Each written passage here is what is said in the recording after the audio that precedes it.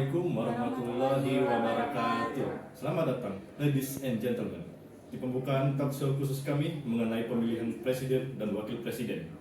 Kita akan membahas tentang sistem pemilihan presiden bagi generasi Z atau biasa disebut Gen Z. Untuk narasumber pertama yaitu Nadia. Untuk Nadia dipersilakan masuk. Terima kasih kepada Nadia yang sudah hadir dalam acara talk show hari ini. Boleh perkenalan dulu.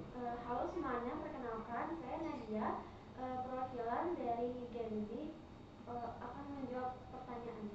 Oke, langsung saja ke pertanyaan pertama. Apakah Nadia merasa suara remaja didengar dalam proses pemilihan presiden, terutama terkait isu pendidikan?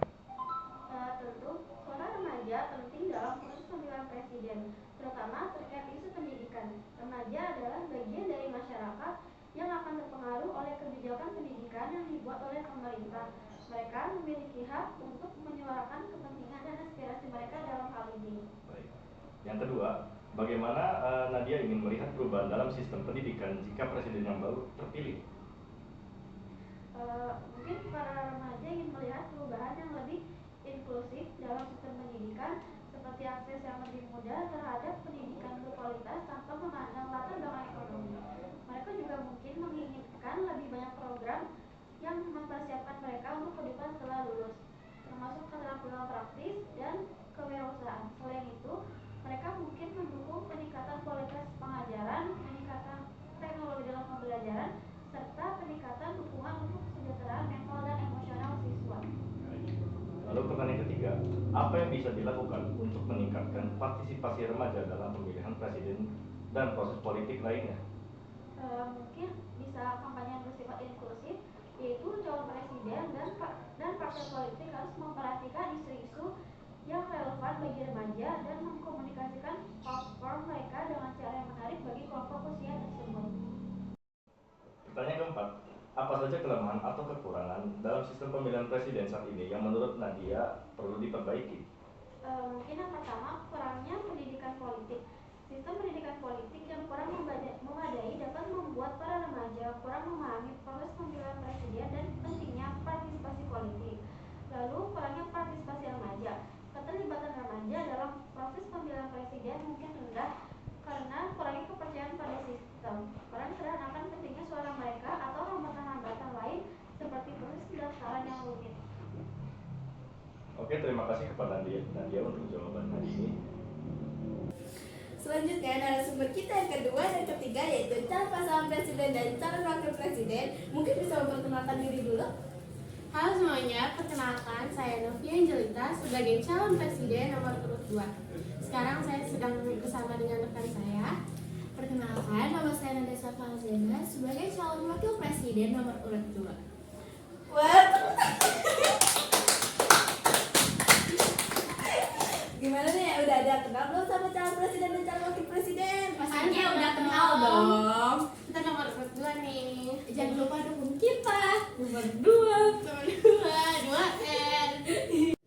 Gimana nih perasaan kalian pertama kali menjadi capres dan cawapres? Nah, tentunya kalau karena perasaan pertama kali nih kita bisa jadi calon presiden dan wakil presiden itu yang pastinya bangga banget karena ternyata masyarakat di sini tuh kebanyakan dukung kita dan akhirnya kita bisa jadi pasangan calon presiden dan wakil presiden. Wow. Kalau boleh tahu gimana nih visi misi kalian? Kalau untuk visi kita itu berfokus pada membangun masyarakat yang adil, sejahtera, dan berkelanjutan. Misi yang mungkin termasuk dalam visi tersebut itu mengurangi kesenjangan sosial, meningkatkan akses pendidikan dan kesehatan bagi semua warga, dan serta mempromosikan pertumbuhan ekonomi yang berkelanjutan dan ramah lingkungan. Nah, selanjutnya kita punya 4 pertanyaan nih untuk kalian. Yang pertama, bagaimana pendapat kalian mengenai keefektifan sistem pemilihan presiden saat ini dalam mencerminkan keinginan dan kepentingan masyarakat? Nah, aku izin menjawab ya. Saya percaya bahwa sistem pemilihan presiden saat ini telah membawa negara kita melalui banyak tantangan dan perubahan. Namun, tidak ada sistem yang sempurna. Saya mendukung evaluasi menyeluruh terhadap sistem saat ini untuk memastikan bahwa itu mencerminkan keinginan dan kepentingan masyarakat yang sebaik mungkin. Apakah Anda percaya bahwa sistem pemilihan presiden perlu direformasi? Jika iya, dalam hal apa? Izin menjawab ya, kalau dari saya iya. Saya meyakini bahwa ada ruang untuk reformasi dalam sistem pemilihan presiden. Salah satu area yang perlu dievaluasi adalah bagaimana kita dapat mengurangi pengaruh uang dan kekayaan dalam proses politik untuk memastikan bahwa pemilihan presiden menjadi lebih adil dan merata. Bagaimana kalian menilai keterwakilan gender dan keragaman dalam sistem pemilihan presiden dan apa yang dapat dilakukan untuk meningkatkannya?